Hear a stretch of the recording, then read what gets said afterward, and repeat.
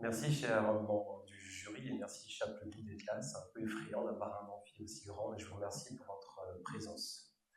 Donc, je vais vous présenter aujourd'hui un travail doctoral que j'ai débuté en 2019 sur l'habitat collectif des communs pour cohabiter avec la biodiversité. Ça, c'était un peu une des questions qu'on s'est posées. Et cette recherche, elle a pris la forme d'une recherche-action pluridisciplinaire entre de l'écologie et de la géographie pour servir la soutenabilité urbaine. Donc, on vit actuellement une période qu'on appelle l'Anthropocène, qui est une période de crise pour le vivant. Cette sixième crise d'extinction de masse, en fait, elle a été caractérisée depuis finalement assez peu de temps. On commence à avoir des chiffres ces dernières années qui montrent que, par exemple, le déclin des insectes pollinisateurs, on aurait perdu l'équivalent des 3/4 de la biomasse planétaire en 20 ans.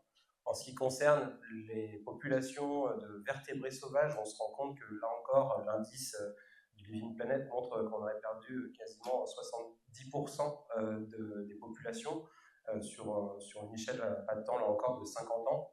Donc cette crise d'extinction de masse, elle est vraiment réelle actuellement, et en fait ça a des implications pas que sur le plan éthique, sur la conservation de la biodiversité en tant que telle, mais ça a des implications plus profondes même sur le fonctionnement de la planète.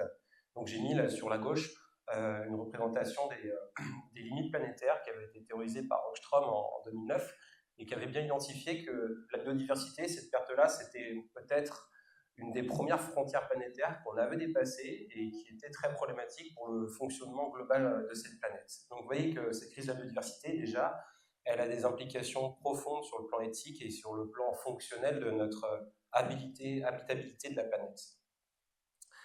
Alors cet anthropocène, il y a plein de raisons à ça, mais entre autres l'urbanisation est un des phénomènes les plus caractéristiques de la grande accélération depuis 1950.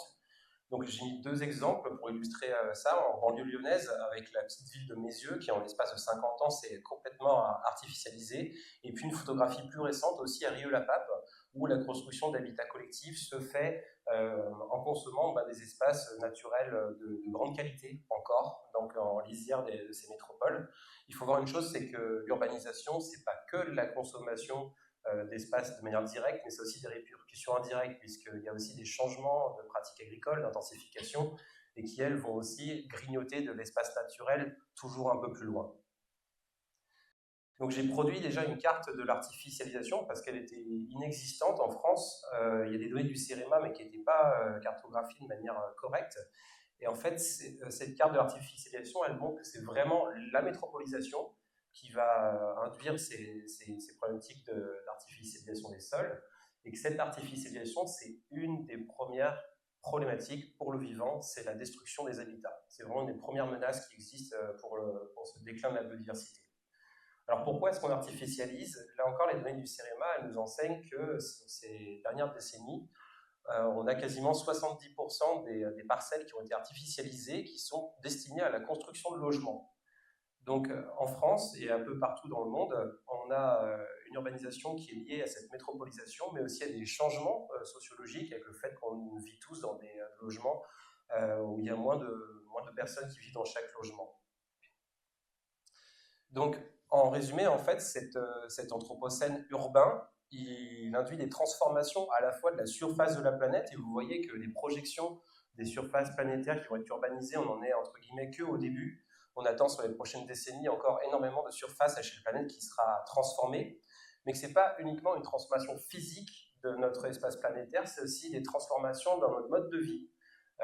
On est passé en l'espace de 50 ans, enfin on va passer en l'espace de 50 ans de 1/3 de la population mondiale urbaine à 2/3. Et donc ça a des implications importantes sur le plan symbolique, sur nos modes de vie, sur nos modes de consommation. Donc c'est tout un tas de répercussions, y compris sur notre rapport au vivant. Cette urbanisation, elle nous entraîne à perdre ce contact au vivant. Et en fait, on appelle cela donc l'extinction de l'expérience. C'est-à-dire qu'on moins on a de contact avec le vivant, moins on va avoir d'intérêt aussi et de volonté à le protéger, et donc plus on va le détruire, et donc moins on va avoir de contact, et donc tout ça c'est un cercle vicieux, et ça a été reconnu depuis assez peu de temps par les biologistes de la conservation comme étant peut-être un des leviers principaux peut-être pour faire bifurquer cette trajectoire un petit peu sinistre.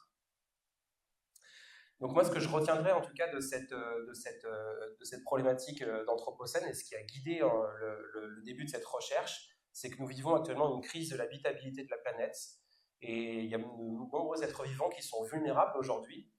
Donc je débute cette thèse en tout cas avec un certain nombre d'éthiques qui m'accompagnent, qui sont celles de l'éthique de la réconciliation et l'éthique du soin, et donc plein de questions sur les manières dont comment est-ce que l'urbanisation peut être un peu plus symbiotique avec le vivant. Donc bien sûr, on parle de problématiques de logement qui consomment de l'espace, on parle de problèmes d'habitation, de cohabitation, et en fait assez naturellement, la question de l'habitat collectif, elle nous a apparu assez pertinente avec nos directeurs de thèse, non seulement parce qu'il y a des questions qui se posent encore aujourd'hui sur les formes urbaines durables, on ne sait pas exactement qu'est-ce que ce seraient des bonnes formes urbaines qui soient réellement durables et soutenables, mais aussi parce que l'habitat collectif, c'est aussi des modalités d'habitation et de relation avec le vivant à l'échelle vraiment de l'intime et du quotidien, et que c'est peut-être par là qu'on peut développer de nouvelles modalités de cohabitation. Donc si je resitue un peu ces intérêts dans mon parcours professionnel aussi, c'est qu'à la base, moi j'ai étudié les forêts tropicales et j'ai travaillé en recherche sur les forêts tropicales, sur les questions de cohabitation.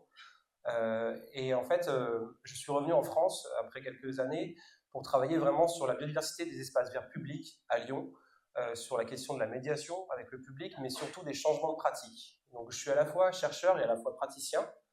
Et lorsque j'ai débuté cette thèse, il y avait pour moi des questions importantes de se dire, ok, à Lyon par exemple, la gestion des espaces verts publics, elle est relativement bien comprise, bien réalisée, mais on ne peut pas avoir des changements qui peuvent venir uniquement d'en haut et uniquement des administrations et des pouvoirs publics. Il nous faut peut-être aussi un mouvement citoyen plus profond et engager des leviers d'action qui soient plus profonds avec la société. Et donc, travailler sur l'espace privé et collectif, c'est peut-être pouvoir transformer des récits collectifs, des normes sociales, de développer une éthique du soin, une meilleure reconnexion au vivant, et peut-être un autre sens du lieu aussi. Et ça, c'est des moteurs puissants de transformation. Donc là, j'ai mis un diagramme qui représente en fait les points de levier transformatifs dans la société. Donc ça avait été théorisé par Donella Meadows en 1999, et qui montre que finalement, changer uniquement les paramètres, les normes, les petits fonctionnements du système, c'est pas là qu'on aura le plus d'impact, mais la transformation, elle peut venir surtout de changements qui peuvent venir d'en bas, du peuple, entre guillemets, et des changements des représentations. Donc l'habitat collectif, énormément de questions qui se posent. On ne sait quasiment absolument rien aujourd'hui sur le potentiel écologique de ces espaces. C'est a priori des espaces dans lesquels on va densifier, on va construire dans des espaces d'urbanisation intermédiaires. Et le problème, c'est qu'on n'avait aucune donnée à l'échelle mondiale sur le niveau de biodiversité de ces espaces. Il y avait plein d'études qui regardaient les jardins, les cimetières, les réserves de nature en ville, mais on ne connaissait rien sur ces espaces collectifs. La seule appréhension qu'on avait en tant qu'écologue, et c'est peut-être une raison pour cela qu'il n'y avait pas beaucoup d'études, c'est qu'on avait l'impression que c'était des espaces qui n'étaient pas très intéressants pour la biodiversité. Ça expliquait peut-être le fait qu'il n'y ait pas de données. En tout cas, ça pose beaucoup de questions de pratiquer ces espaces. On sent qu'il y a un problème de pratique, à la fois de pratiques habitantes qui peuvent avoir une action directe sur ces espaces-là, mais aussi des pratiques professionnelles et peut-être de politique aussi. Donc sur ces deux questions de la forme urbaine durable et de cohabitation au vivant, comme je le disais, moi je vais vraiment me positionner dans cette recherche en faisant de la recherche en soutenabilité. Faire de la recherche-action qui soit participative, transformative, et qu'elle puisse accompagner au changement à la fois des professionnels et à la fois des habitants. Et en fait, cette thèse, elle est organisée autour de 3 grands axes qui se complètent, mais un premier axe qui est celui de la géographie et de l'aménagement, un deuxième axe autour de l'écologie et de la biodiversité, et ces 2 axes, bien sûr, ils doivent servir l'action collective en mobilisant de la science citoyenne, en mobilisant aussi des formes d'innovation sociale et en conduisant en fait globalement une recherche qui soit opérationnelle à la fois dans son design et dans les données qu'on va mobiliser qui répondent à des problèmes de praticiens. Donc ces 3 problématiques de recherche, c'est d'une part du côté de la morphologie urbaine, c'est comment est-ce qu'on peut réconcilier la densification urbaine avec la végétalisation, qui est vraiment une problématique de développement urbain, de savoir quelles sont les formes urbaines qui seront vraiment soutenables sur le long terme. Sur mon deuxième axe, qui est plutôt orienté biodiversité, ma problématique est vraiment de comprendre quels sont les facteurs qui sont les plus déterminants pour le vivant à toutes les échelles du développement urbain et de l'aménagement urbain, pour fournir des préconisations aux architectes, aux urbanistes et aux paysagistes. Et enfin, mon dernier axe de recherche, qui est celui en fait d'un processus de recherche-action, et de comprendre quelles peuvent être les implications de la recherche dans ces changements socio-écologiques, avec du coup un retour d'expérience sur ce projet collectif. Donc, on est parti effectivement d'une thèse qui a été financée par l'École urbaine de Lyon, qui était aussi extrêmement motivée par la recherche transdisciplinaire, la science impliquée et les médiations avec du débat public, mais aussi avec un ancrage territorial fort et des collaborations pour travailler avec les pouvoirs publics et aussi la sphère privée pour transformer les pratiques. Donc, on s'est rassemblé en fait avec plusieurs associations de la région lyonnaise pour monter un projet qui s'appelait le projet collectif, qui a été aussi beaucoup financé par le LabEx-IMU, que je remercie également. Donc dans notre équipe cœur du projet collectif, on avait des chercheurs avec des écologues, des géographes de l'environnement, des personnes qui faisaient de la géographie sociale, et aussi des associations naturalistes comme Arthropologia qui a été présente tout au long de ce process. On a mobilisé en fait autour de nous, dans ce projet de recherche-action, d'autres parties prenantes qui étaient intéressées par la transformation de l'habitat collectif. Donc les collectivités, que ce soit la métropole et la ville de Lyon, des praticiens de l'aménagement urbain à toutes les étapes du projet, et aussi des bailleurs sociaux, puisque quand on parle d'habitat collectif, il y a des copropriétés, mais il y a aussi des logements en logement social. Donc notre principe d'action autour de cette recherche-action, elle était de mobiliser une quarantaine de sites pilotes, donc ça a concerné plus de 6000 logements, et en fait pour les habitants c'était déjà l'idée de reconnaître la biodiversité, se retrouver et redécouvrir aussi son espace vert avec des animations, des ateliers, de la science participative pour la biodiversité, mais aussi de progresser ensemble sur la manière dont on pouvait changer les modes de gestion de ces espaces et comment est-ce que la science aussi pouvait collaborer avec les habitants tout au long de la renaturation. Donc les questions qui ont intéressé notre groupe de recherche-action, c'était déjà quelle est la biodiversité de ces espaces en habitat collectif, pourquoi est-ce que certains sont plus riches ou non en biodiversité, comment est-ce qu'on peut aboutir à un meilleur urbanisme écologique, quelles sont les attentes aussi des habitants sur la qualité de ces espaces, et est-ce qu'il y a vraiment un potentiel de renaturation d'habitat collectif ou est-ce que c'est entre guillemets perdu d'avance. Donc, vous voyez que les différents partenaires, en fait, ils se sont organisés autour de cette thèse et de cette recherche-action selon ces différents axes. Rapidement, concernant le territoire d'études, donc ça a été la métropole de Lyon, qui a une dynamique démographique qui est celle d'une métropole attractive, dans laquelle un tiers des logements ont été construits sur les 20 dernières années, avec 99% d'appartements construits dans cette période. Une grande diversité avec des conditions topographiques, des municipalités qui sont à la fois dans un grand gradient entre de l'urbain très dense et des régions un peu plus semi-rurales, et puis donc une grande diversité de morphologie urbaine, un mode de développement qui est comparable finalement aux modalités de développement de la plupart des métropoles européennes, et aussi on va dire un gabarit d'immeubles relativement bas, c'est-à-dire qui ne dépassait pas R+11, donc ce qui est aussi aligné avec tous les enjeux de soutenabilité liés à la construction et au carbone. L'habitat collectif sur la métropole de Lyon, c'est finalement que 8% de l'espace. C'est 4000 hectares.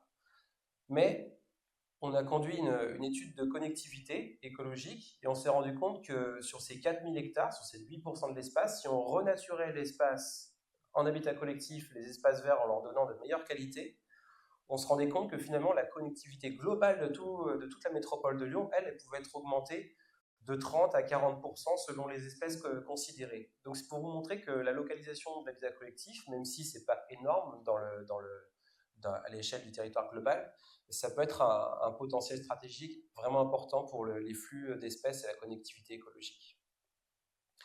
L'habitat collectif aussi sur le territoire d'études, sur la figure de gauche, c'est donc en rouge, on voit qu'en fait 75% des planchers qui sont construits actuellement, ils sont construits pour créer de l'habitat collectif. Donc c'est vraiment un des moteurs principaux de la construction. Donc si on arrive à faire changer la manière dont on construit de l'habitat collectif, on aura changé pas mal la construction.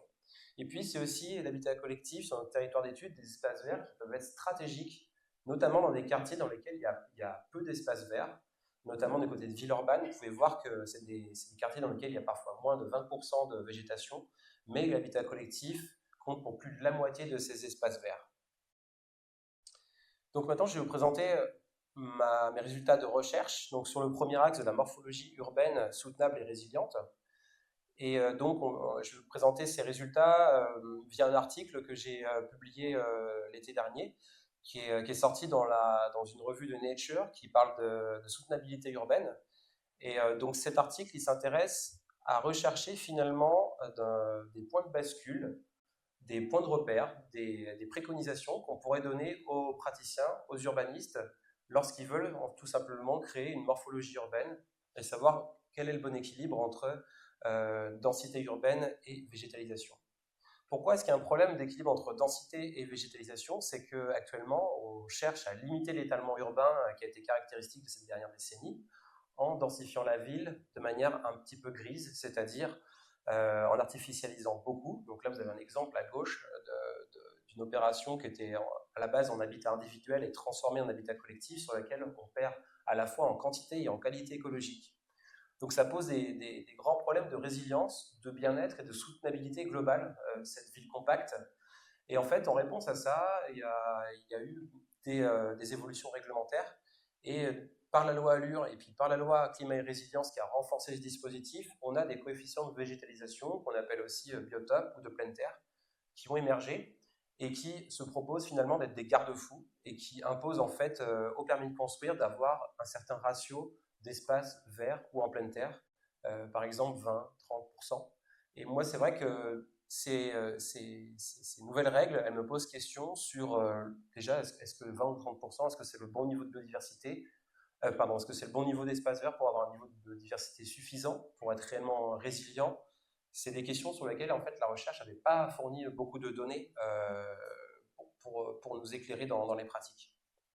Le problème de la morphologie urbaine, c'est pas seulement du vert et de la densité, c'est aussi des questions, donc, comme je vous l'ai dit, de biodiversité, puisque faire une ville verte, mais qui n'a aucun service écosystémique résilient à long terme, ça n'a pas de sens par rapport aux enjeux que les villes affrontent de changement climatique et de résilience urbaine. Mais c'est aussi une problématique de ville à bas carbone. Et donc la solution au problème, c'est pas uniquement de faire des immeubles qui seraient plus hauts, qui libéreraient de l'emprise au sol et qui régleraient la question de la densité et de la végétalisation. Donc dans la littérature, on s'est rendu compte ces dernières années que en fait, il pouvait y avoir peut-être un compromis et un optimum, mais que surtout, on n'avait pas de résultats clairs et qu'on avait besoin d'aller regarder ce problème de manière plus systémique et d'analyser chaque facteur. Donc par rapport à la proposition qui a été faite de trouver un compromis idéal entre densité et végétalisation, moi je prends plutôt un contre-pied de dire je ne cherche pas à faire de l'optimisation urbaine et à montrer qu'un seul modèle devrait être répliqué partout, ce qui aurait tendance à standardiser la ville, mais plutôt à identifier, là encore dans une perspective de limite planétaire, quelles sont finalement la limite de ce qui est soutenable ou insoutenable pour le changement global. Donc en fait, je vais chercher des métriques sur lesquelles on se rend compte qu'à un moment donné, la vitalité de l'écosystème, le niveau de végétalisation par exemple, va chuter drastiquement. C'est ça en fait cette définition des points de bascule. Il nous a fallu beaucoup de données pour travailler sur ces questions-là, à fine échelle, à l'échelle de la parcelle. Donc on a produit plusieurs cartes, à la fois de l'occupation du sol, de l'utilisation du sol, de la densité bâtie. Et en fait, on a travaillé sur un peu plus de 11 000 parcelles en habitat collectif. Le premier résultat, c'est que bien sûr, plus on a une ville qui est dense et moins on a de végétalisation. Le problème, c'est que vous vous rendez compte qu'il y a une très grande variabilité. Par exemple, à une densité de 2, on peut avoir des niveaux de végétalisation de 0 à 60%. Donc ça veut dire que la densité, finalement, elle explique peu la végétalisation. Donc ce compromis vert et dense, finalement, c'est juste une vue de l'esprit.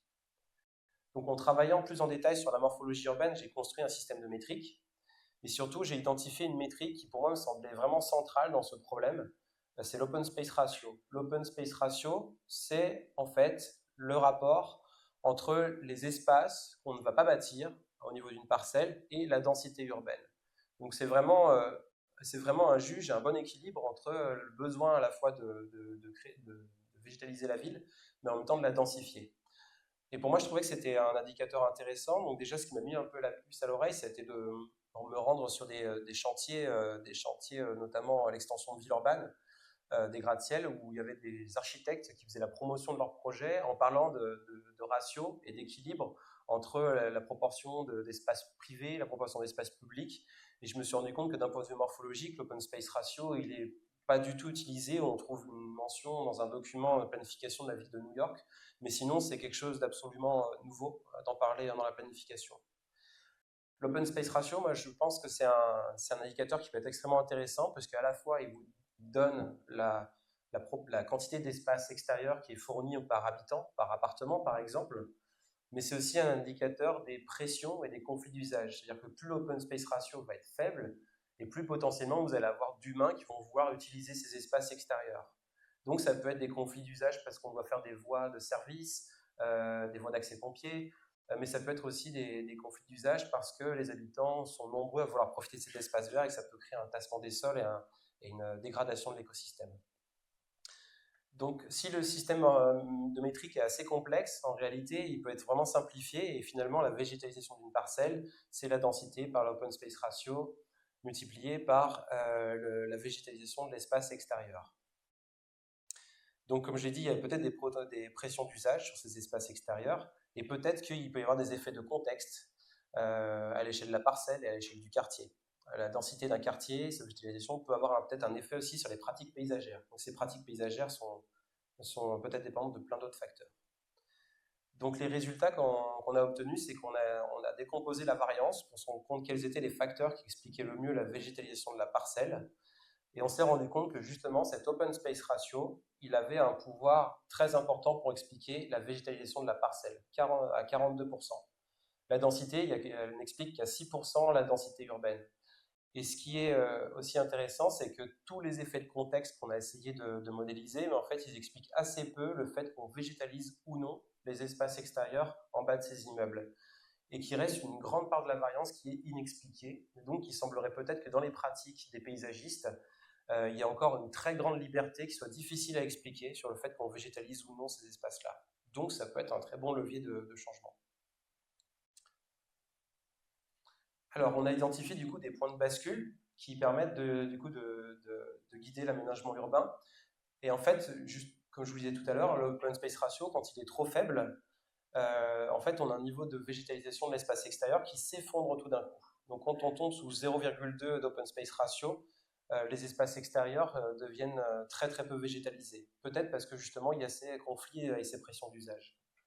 Un autre point de bascule, c'est celui aussi le fait de chercher à avoir 50% de végétalisation de l'espace total de la parcelle.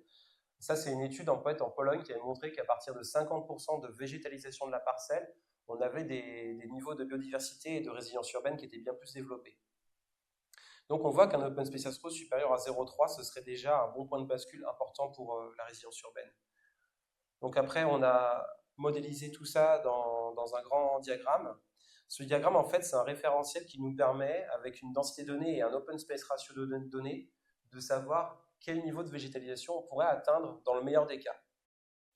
Et ça nous permet, en fait, de sortir des morphologies urbaines qui seraient modèles, finalement, parce que ces morphologies urbaines, comme je vous les montre ici, ces trois-là, donc elles sont déclinées selon des hauteurs de bâti, et en fait, elles répondent aux enjeux d'avoir un open space ratio supérieur à 0,3, mais aussi un niveau de végétalisation qui serait supérieur à 50%. Et donc ce domaine-là, il est finalement assez restreint. Là encore, on n'a pas voulu monter le nombre d'étages supérieur à 12 étages, parce qu'après, il y a des problématiques, bien sûr, de carbone et d'émissions de carbone dans la construction. Donc ça, c'est les premières grandes préconisations qu'on a pu établir sur la morphologie urbaine. Donc ils sont résumés là, comme je vous l'ai dit juste avant. La densité bâtie, bien sûr, c'est intéressant qu'elle soit supérieure à 1,5 puisque c'est la médiane actuellement, et donc c'est important aussi de continuer bien sûr à densifier ces villes. On se rend compte que ces préconisations, elles ont l'air assez simples en tant que telles, et pourtant elles ne correspondent qu'à peu près 1% des opérations qui ont été construites pendant le dernier siècle à Lyon. Donc ça pose question aussi de pourquoi est-ce que ces morphologies urbaines sont si rares. Et je pense que peut-être que laisser autant d'espace non bâti, c'est peut-être quelque chose qui n'est pas souhaitable par les promoteurs immobiliers. Deux applications en fait à ces résultats, c'est déjà pour les aménagements futurs, modifier les PLU et créer des PLU qui soient réellement bioclimatiques et adaptés aux pressions d'usage. Une deuxième application que je vais vous présenter, c'est celle aussi d'identifier les parcelles sur lesquelles on pourrait renaturer et revégétaliser avec des cartes stratégiques. Donc ça, c'est un travail que j'ai mené avec les services d'urbanisme de la métropole en vue de faire une proposition de modification du PLU. Donc on a identifié des zonages du PLU qui étaient à enjeu, c'est-à-dire dans lesquels il y avait beaucoup de construction et beaucoup d'artificialisation. Et on a regardé les pratiques qu'il y avait dans chacun de ces zonages, toujours dans ce même référentiel qu'on avait produit juste avant. Et en fait, on s'est rendu compte qu'il y avait beaucoup de ces zonages qui étaient déjà à des niveaux d'open space ratio qui n'étaient pas compatibles avec une végétalisation durable. et qu'actuellement, finalement, nos réglementations urbaines, elles vont contraindre les formes urbaines, mais qu'elles ne permettent pas en fait d'avoir un open space ratio assez élevé. Donc ça motive de changer cet open space ratio et de proposer des nouveaux zonages dans les PLU où on pourrait atteindre un open space ratio supérieur à 0,3 ou 0,5 selon les tensions aussi de construction qu'il peut y avoir dans chacun de ces secteurs. Et le deuxième cas d'application, c'est celui de rechercher les parcelles sur lesquelles on pourrait avoir un potentiel de végétalisation. Parce qu'en fait, on a vu qu'il y avait un lien entre l'open space ratio et le niveau de végétalisation qu'on pouvait atteindre. Et en fait, il y a beaucoup de parcelles qui auraient pu être végétalisées par le passé et qui ne l'ont pas été. Et donc, en fait, quand on utilise le diagramme et qu'on suit le potentiel théorique, on se rend compte, sur la carte à droite, qu'on a énormément de parcelles sur lesquelles on pourrait gagner 40 à 75% de végétation en plus. Et que parfois, il faudrait tout simplement désimperméabiliser et replanter un peu. Et ça montre vraiment les priorités d'action et où est-ce qu'on peut agir. Donc, conclusion de ce premier axe, c'est que un open space ratio supérieur à 0,3, c'est déjà une première préconisation pour l'urbanisme durable. Et il y a bien sûr toutes les applications que je vous ai montrées. Le deuxième axe de biodiversité, maintenant, c'est intéresser aux facteurs qui sont vraiment déterminants pour le vivant. Et donc là, on a mobilisé des vraies données de biodiversité pour tester ces résultats. Donc l'objectif, il était d'avoir une compréhension qui soit systémique, transdisciplinaire de potentiel écologique dans l'aménagement urbain, et dans un second temps aussi de conduire cette analyse de manière opérationnelle.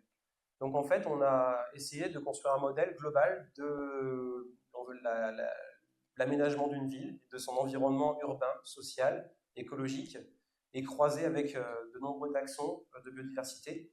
En fait, actuellement, en écologie urbaine, il y a essentiellement des données qui étaient mobilisées uniquement sur les oiseaux, les chauves-souris un petit peu, la végétation. Mais en fait, on était jusque-là pas très représentatif de taxons hyper importants sur la résilience urbaine, notamment dans les sols. Et donc l'idée était vraiment de mobiliser la biodiversité de manière inclusive. Donc on a fait ce travail sur 48 sites d'études. Ces sites d'études, on les a recrutés donc en faisant un appel à participation auprès des habitants. On a après sélectionné les sites d'études avec une ACP pour avoir un maximum de diversification des sites d'études. On a contrôlé les biais d'échantillonnage et ça nous a permis d'avoir 28 copropriétés, 12 logements sociaux et 8 parcs publics qui sont labellisés éco-jardins et qui étaient pour nous un peu un référentiel, un contrôle de ce que pouvait être un niveau de biodiversité élevé en ville. Donc, tout ça pour comprendre si finalement on avait actuellement un niveau élevé ou non de biodiversité en habitat collectif. Donc à gauche, vous avez la carte de ces sites d'études, qui couvrent à peu près 6000 logements. Donc pour les méthodes d'inventaire, on a passé beaucoup de temps sur le terrain avec beaucoup d'étudiants, beaucoup de participants aussi d'associations. Je remercie d'ailleurs tous les étudiants qui sont dans la salle, il y en a nombreux qui ont participé à tous ces inventaires et quelques-uns qui sont en thèse aussi actuellement. Donc on a travaillé sur des pièges Barber pour relever pas mal d'insectes qui étaient au sol. On a fait des inventaires à vue pour la végétation. On a fait beaucoup de carottes de sol aussi pour inventorier la vie des sols. Et puis des coupelles aussi attractives pour les insectes pollinisateurs. Et puis des relevés d'oiseaux et de chauves-souris, soit à vue ou à l'écoute, mais aussi avec des capteurs audio de nouvelle génération dont on voulait tester l'acuité. Les métriques de biodiversité, qu'est-ce qu'on a mesuré? On a mesuré plusieurs choses, de la biomasse, c'est-à-dire le poids qu'on pouvait récolter par exemple concernant les insectes. On a mesuré le nombre d'espèces différentes, ce qu'on appelle la richesse spécifique. On a mesuré aussi la diversité spécifique, c'est-à-dire la répartition entre richesse et abondance, avec un indice de Shannon. Et puis pour la végétation, on a aussi regardé un indice de diversité bêta, c'est-à-dire comment est-ce que les communautés se différencient dans l'espace et est-ce qu'on a des micro-communautés dans un espace vert qui sont réellement différentes ou est-ce qu'on trouve finalement les mêmes communautés de plantes à tous les endroits de l'espace vert. Les résultats et données brutes pour la biodiversité, elles montrent ici que l'on soit en copropriété ou chez les bailleurs sociaux, on se rend compte qu'on n'a pas des sites qui vont être globalement très favorables ou très défavorables pour les différents taxons, mais qu'on a plutôt des préférences assez variées. Donc ça veut dire qu'il faut aller bien sûr plus loin dans l'analyse et qu'il faut mobiliser plein de facteurs environnementaux pour comprendre chaque espèce, quelles sont ses préférences écologiques. Et surtout, si on veut comprendre quelles sont les meilleures pratiques d'aménagement urbain, c'est important de trouver des pratiques d'aménagement qui soient favorables pour tous les taxons. La seule chose qu'on constate, c'est que pour les parcs publics labellisés éco-jardins, il y a a priori un peu plus de biodiversité. Et ça, on l'a testé formellement d'un point de vue statistique.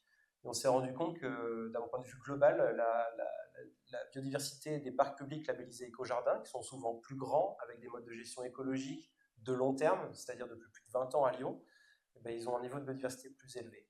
Il n'y a pas de différence significative entre les logements sociaux et les copropriétés. Et après, bien sûr, si on regarde dans le détail de chaque taxon, parfois, on a des taxons qui vont être plus présents en copropriété ou en logement social, mais en tout cas, à une échelle plus globale de tout le vivant, nos résultats ne montrent qu'il n'y a pas de différence significative. Alors, quels sont les facteurs environnementaux qu'on a regardés pour expliquer ces niveaux variables de biodiversité?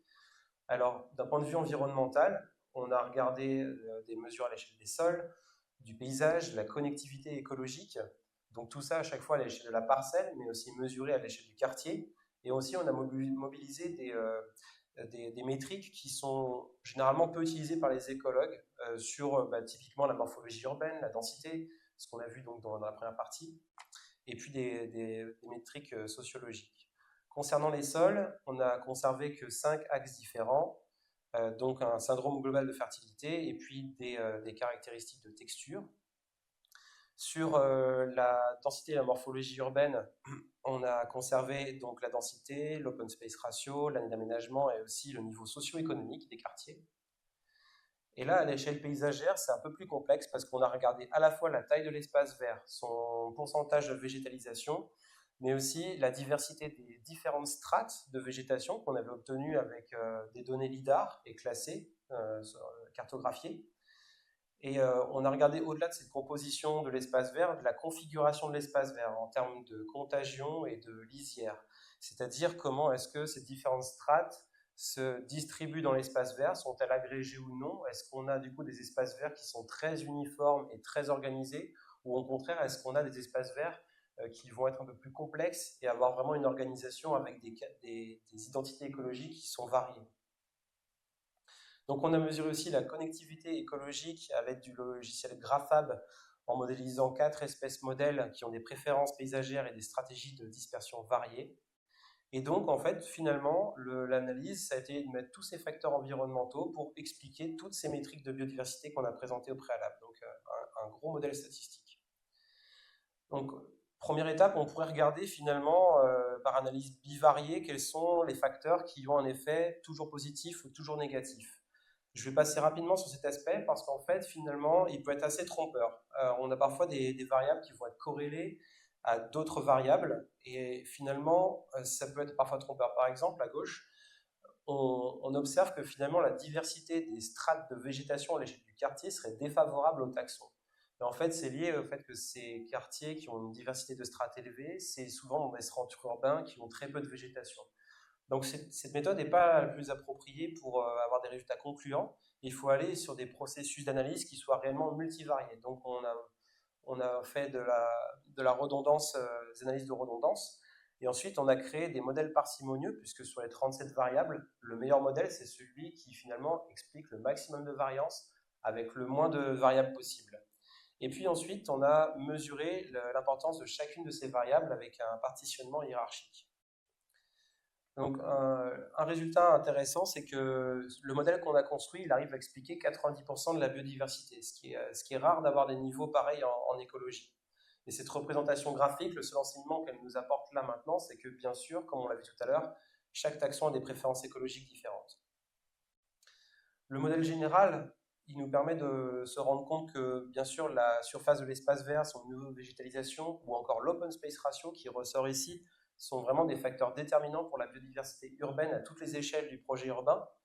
Mais d'un point de vue opérationnel, ça reste encore insuffisant, ce type de présentation, parce que il y a plein de facteurs sur lesquels on n'a pas la main mise. Par exemple, la socio-économie du quartier, c'est quelque chose qu'on ne pourra pas changer, tout comme le pourcentage de végétalisation du quartier, c'est quelque chose dont les praticiens ne peuvent pas modifier à l'échelle du projet. Donc, on a refondu ces analyses dans une séquence qui soit réellement opérationnelle, en distinguant ce qui est non maîtrisable, qui dépend du contexte d'implantation, et d'un autre côté, les facteurs qui sont maîtrisables par les professionnels, qui soient urbanistes, architectes, ou après paysagistes ou habitants, qui peuvent avoir une influence sur leur espace vert. On a rangé les variables selon qui pouvait les contrôler ou non. Et on a aussi mis des variables qui étaient finalement en interaction, c'est-à-dire la connectivité urbaine, elle dépend à la fois du contexte du quartier, mais aussi de la qualité de la parcelle. Les résultats globaux, en fait, ils sont assez stimulants pour les praticiens, puisqu'ils montrent que finalement, ils peuvent en fait contrôler le niveau de biodiversité finale, les praticiens, entre 33 et plus de 50% selon, 45% selon la comptabilisation qu'on effectue.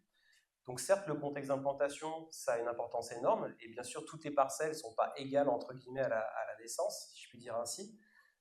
Mais par contre, nos praticiens, ils peuvent avoir un effet concret, et ça, c'est aussi une motivation psychologique qui peut les aider à s'engager. Et donc, quand on distingue pour chacun de ces praticiens les meilleures pratiques, on se rend compte que pour l'open space ratio, là encore, il est prépondérant. La qualité des sols aussi, la diversité des strates de végétation également. Donc, c'est des principes qui sont bien connus en écologie, mais qui avaient été jusqu'ici, en fait, jamais évalués de manière aussi précise. Et si je dois vraiment retenir 4 principes clés qu'on pourrait préconiser pour les praticiens, c'est déjà cet open space ratio qu'on avait vu dans la première partie, devait être supérieur à 0,3. Là, on se rend compte que quand on s'intéresse à la biodiversité et pas que la végétation, l'open space ratio, il doit dépasser 0,5. Donc vous voyez qu'il y a vraiment un progrès énorme à faire dans la morphologie urbaine. Les sols, eux, ont besoin d'avoir des niveaux de fertilité globale qui soient élevés, mais pas non plus trop élevés. Et ça, c'est bien connu aussi en écologie végétale, où les sols qui sont généralement les plus pauvres sont ceux les plus diversifiés en termes de plantes à fleurs. On se rend compte après que la conception et le design de l'espace vert est là encore d'une importance fondamentale pour la biodiversité, et qu'il faut bien sûr avoir un soin important à vraiment diversifier les strates de végétation, mais surtout avoir une composition de l'espace qui puisse créer en fait des identités paysagères différentes. C'est intéressant ce dernier résultat sur l'indice de contagion, par exemple, parce que ça peut vraiment être un point de connexion entre les attentes des habitants qui souhaitent aussi avoir des espaces verts qui soient riches, diversifiés, non homogènes et qui créent des ambiances variées dans l'espace vert, mais aussi un besoin de la part du reste de la biodiversité qui a besoin de conditions écologiques différentes. Donc la conclusion de ce deuxième axe, c'est que l'open space ratio, déjà, lui, il faudrait absolument qu'on puisse atteindre 0,5 dans les prochaines opérations, et que les praticiens, ils ont un pouvoir d'action qui est très élevé à chaque étape du projet, et que ce potentiel de biodiversité, il reste très élevé en habitat collectif, et que finalement, ça reste des espaces dans lesquels on pourrait conduire une vraie renaturation qui aurait des impacts forts pour le vivant. Enfin, un dernier axe qui est un retour d'expérience sur l'implication de la recherche dans les changements socio-écologiques, et comment est-ce que cette recherche qui mêle à la fois la facilitation des transformations et les pratiques peut être utile pour les habitants, mais aussi les politiques. Donc en fait, au cours de cette recherche, on a tenté de mobiliser des leviers d'action qui sont différents. À la fois, on a cherché à modifier les paramètres de certains modèles d'aménagement, mais aussi on a travaillé avec les habitants pour faire de la science participative, et tout ça, sur le long terme, ça a créé des changements de paradigme et de représentation en fait du vivant. Donc en fait, je pense que du coup, ce type de recherche a un pouvoir réel à transformer les pratiques. Et en fait, si on revient à la question initiale qui était celle de la vulnérabilité du vivant, je voulais vous montrer très rapidement un résultat qui me semble important aussi pour orienter les politiques, et comment la recherche peut aussi maintenant aider à savoir où est-ce qu'on agit, maintenant qu'on a montré comment est-ce qu'on peut agir. C'est que cette vulnérabilité, elle peut être écologique, elle peut être humaine, elle peut être climatique. Et ces cartes peuvent aider du coup les politiques à peut-être à zoner différents niveaux d'aide pour renaturer différentes zones de l'espace urbain. Donc quand on combine les 3 formes de vulnérabilité, on se rend compte que sur le territoire de la métropole de Lyon, bien sûr l'Est lyonnais est bien plus vulnérable sur le plan écologique et socio-économique et climatique. Et qu'on peut croiser ces données aussi avec une carte de la faisabilité de la renaturation. C'est-à-dire combien on a d'espaces qui est renaturable sur chacun de ces espaces. Et quand on croise ces deux données, finalement, ça nous donne une carte de priorité d'action qui peut du coup maintenant aider les politiques à se dire où est-ce qu'on va agir en premier, puisque le temps et l'argent sont toujours limités. Et on se rend compte que cette carte de priorité d'action renvoie encore sur l'habitat collectif et sur pas mal de franges urbaines qui ont été construites de manière peut-être pas très résiliente pour le futur. Donc cette recherche-action, elle a aussi conduit et incité, je dirais, et contribué à l'émergence d'une politique très novatrice à l'échelle de la métropole de Lyon, qui est d'accompagner la végétalisation des copropriétés avec plus de 2 millions d'euros de budget. Et actuellement, en fait, il y a plus de 200 copropriétés qui ont été accompagnées par des écologues, par des facilitateurs aussi de débat. Et donc, on a aujourd'hui plus de 1500 arbres et 7000 arbustes qui ont été plantés dans ces espaces avec des projets qui ont été choisis par les copropriétaires et accompagnés par des associations comme Arthropologia, des espèces par million ou encore moi-même. Cette nouvelle politique, en fait, elle a aussi été répliquée dans d'autres villes. Donc, cette nouveauté qui est apparue à Lyon, elle est en cours de réplication à Strasbourg, mais aussi à Paris. Et donc, on se rend compte que la recherche elle a pu contribuer ces dernières années à des changements sociétaux qui sont assez profonds et que la politique a pu faciliter ces changements de pratiques, tant pour les habitants, mais aussi pour les professionnels, puisque lorsqu'on intervient comme écologue ou comme facilitateur entre les habitants et les professionnels, ça induit aussi un changement de pratique des professionnels qui vont pouvoir eux aussi répliquer après.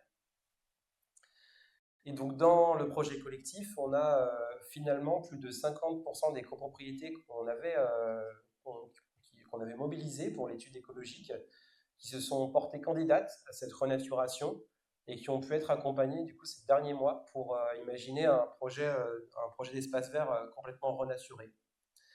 Donc en mobilisant des méthodes d'intelligence collective et surtout en favorisant une capacitation tout au cours du processus.